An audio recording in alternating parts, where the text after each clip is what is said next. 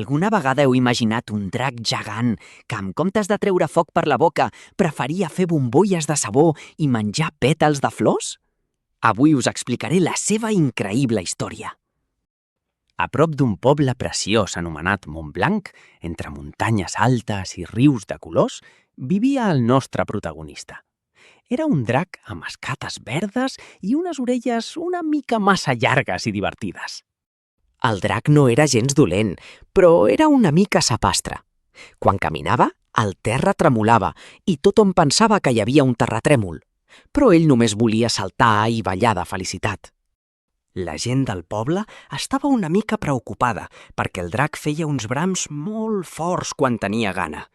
No sabien que el seu estómac només demanava una mica de pastís i moltes abraçades. El rei de Montblanc, que era un senyor molt savi i amb una barba blanca molt llarga, va decidir que havien de fer alguna cosa per conèixer millor aquell veí tan gran i sorollós. La princesa Elionor, que era la filla del rei, era molt valenta i tenia els cabells de color castany lligats amb un llaç rosa. Ella va dir que volia anar a parlar amb ell.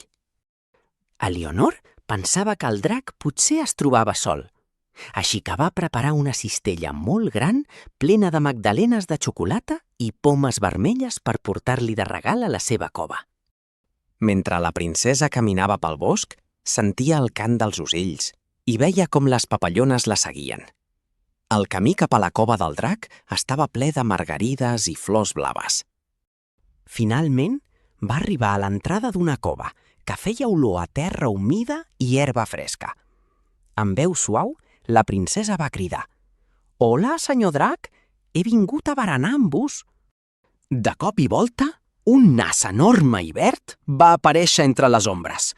El drac va treure el cap i, en veure la princesa, va aclucar els ulls i va començar a ronronar. El drac estava molt emocionat.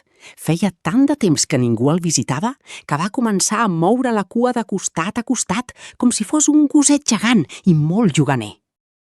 La Leonor i el drac es van asseure a l'herba. Van compartir les magdalenes i el drac li va explicar, amb gestos divertits, que el que més li agradava era olorar les roses. Mentrestant, al regne veí vivia un cavaller anomenat Sant Jordi. Tenia una armadura de plata que brillava com el sol i un cavall blanc molt ràpid que es deia Núvol. Sant Jordi havia sentit que a Montblanc hi havia un drac i va pensar que potser la princesa necessitava ajuda. Ell era un cavaller que sempre volia fer amics i ajudar a tothom. Va cavalcar ràpidament fins que va arribar a la cova. En veure el drac tan a prop de la princesa, va baixar del cavall i va agafar un bastó màgic fet de fusta d'olivera. «No tingueu por!», va cridar Sant Jordi. Però la princesa Elionor va riure i li va dir: «No pateixis, Jordi, aquest drac és molt bo i només volia una mica de companyia». Sant Jordi es va apropar a poc i va veure que el drac tenia els ulls plens de bondat. El cavaller va guardar el seu bastó i va somriure al nou amic. De sobte, el drac va tenir un atac de riure perquè la princesa li feia pessigolles. En riure, va treure una petita guspira que, en tocar el terra, es va convertir en flors. Era un drac màgic! Allà on mirava amb amor, naixien rossers preciosos de color vermell intens. Sant Jordi va quedar meravellat en veure com tot el bosc s'omplia de flors. Sant Jordi va triar la rosa més bonica i perfumada de totes. La va tallar amb molta cura i la va oferir a la princesa Elionor com a símbol de la seva nova amistat. Llavors, tots tres van decidir tornar al poble.